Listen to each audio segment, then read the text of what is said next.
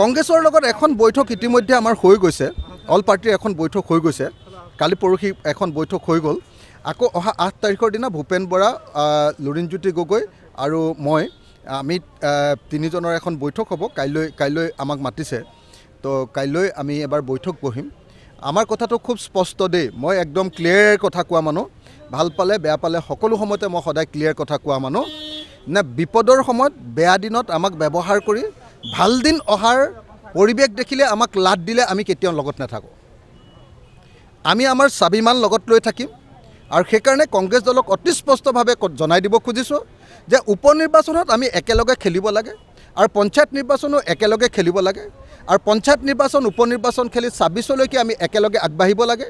আৰু এতিয়া অকণমান ভাল দিন আহোঁতে যদি কংগ্ৰেছেও বিজেপি দলৰ নিচিনাকৈ আমাৰ আপোনাৰ এলায়েন্সৰ পাৰ্টনাৰবিলাকক যদি এৰি থৈ যাব খোজে, তেতিয়াহ'লে আমি কেতিয়াও এই কথাটো সহ্য নকৰিম।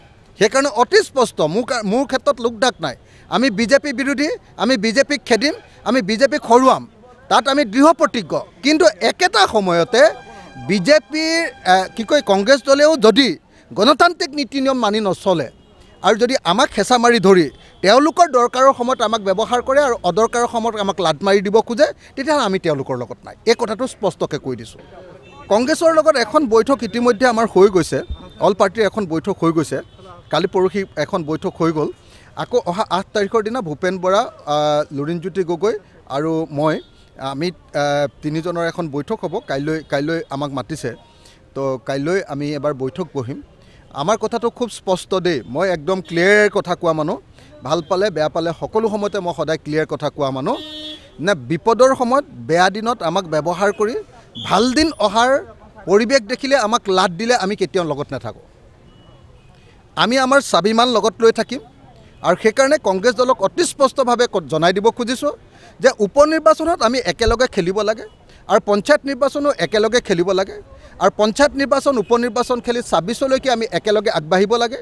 আৰু এতিয়া অকণমান ভাল দিন আহোঁতে যদি কংগ্ৰেছেও বিজেপি দলৰ নিচিনাকৈ আমাৰ আপোনাৰ এলায়েন্সৰ পাৰ্টনাৰবিলাকক যদি এৰি থৈ যাব খোজে, তেতিয়াহ'লে আমি কেতিয়াও এই কথাটো সহ্য নকৰিম।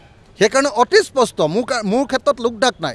আমি বিজেপি বিৰোধী, আমি বিজেপিক খেদিম, আমি বিজেপিক হৰুৱাম, তাত আমি দৃঢ় প্ৰতিজ্ঞ। কিন্তু একেটা সময়তে বিজেপিৰ কংগ্ৰেছ দলেও যদি গণতান্ত্ৰিক নীতি নিয়ম মানি নচলে আৰু যদি আমাক হেঁচা মাৰি ধৰি তেওঁলোকৰ দৰকাৰৰ সময়ত আমাক ব্যৱহাৰ কৰে আৰু অদৰকাৰৰ সময়ত আমাক লাট মাৰি দিব খোজে, তেতিয়াহ'লে আমি তেওঁলোকৰ লগত নাই। এই কথাটো স্পষ্টকৈ কৈ দিছোঁ।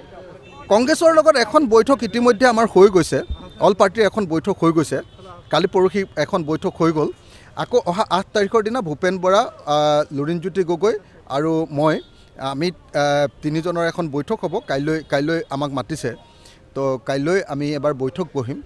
আমাৰ কথাটো খুব স্পষ্ট দেই, মই একদম ক্লিয়াৰ কথা কোৱা মানুহ। ভাল পালে বেয়া পালে সকলো সময়তে মই সদায় ক্লিয়াৰ কথা কোৱা মানুহ। নে বিপদৰ সময়ত বেয়া দিনত আমাক ব্যৱহাৰ কৰি ভাল দিন অহাৰ পৰিৱেশ দেখিলে আমাক লাট দিলে আমি কেতিয়াও লগত নাথাকোঁ। আমি আমাৰ স্বাভিমান লগত লৈ থাকিম। আৰু সেইকাৰণে কংগ্ৰেছ দলক অতি স্পষ্টভাৱে জনাই দিব খুজিছোঁ যে উপনিৰ্বাচনত আমি একেলগে খেলিব লাগে আৰু পঞ্চায়ত নিৰ্বাচনো একেলগে খেলিব লাগে আৰু পঞ্চায়ত নিৰ্বাচন উপনিৰ্বাচন খেলি 26লৈকে আমি একেলগে আগবাঢ়িব লাগে। আৰু এতিয়া অকণমান ভাল দিন আহোঁতে যদি কংগ্ৰেছেও বিজেপি দলৰ নিচিনাকৈ আমাৰ আপোনাৰ এলায়েন্সৰ পাৰ্টনাৰবিলাকক যদি এৰি থৈ যাব খোজে, তেতিয়াহ'লে আমি কেতিয়াও এই কথাটো সহ্য নকৰিম। সেইকাৰণে অতি স্পষ্ট, মোৰ ক্ষেত্ৰত লোকঢাক নাই। আমি বিজেপি বিৰোধী, আমি বিজেপিক খেদিম, আমি বিজেপিক হৰুৱাম, তাত আমি দৃঢ় প্ৰতিজ্ঞ। কিন্তু একেটা সময়তে বিজেপিৰ কংগ্ৰেছ দলেও যদি গণতান্ত্ৰিক নীতি নিয়ম মানি নচলে আৰু যদি আমাক হেঁচা মাৰি ধৰি তেওঁলোকৰ দৰকাৰৰ সময়ত আমাক ব্যৱহাৰ কৰে আৰু অদৰকাৰৰ সময়ত আমাক লাট মাৰি দিব খোজে, তেতিয়াহ'লে আমি তেওঁলোকৰ লগত নাই। এই কথাটো স্পষ্টকৈ কৈ দিছোঁ।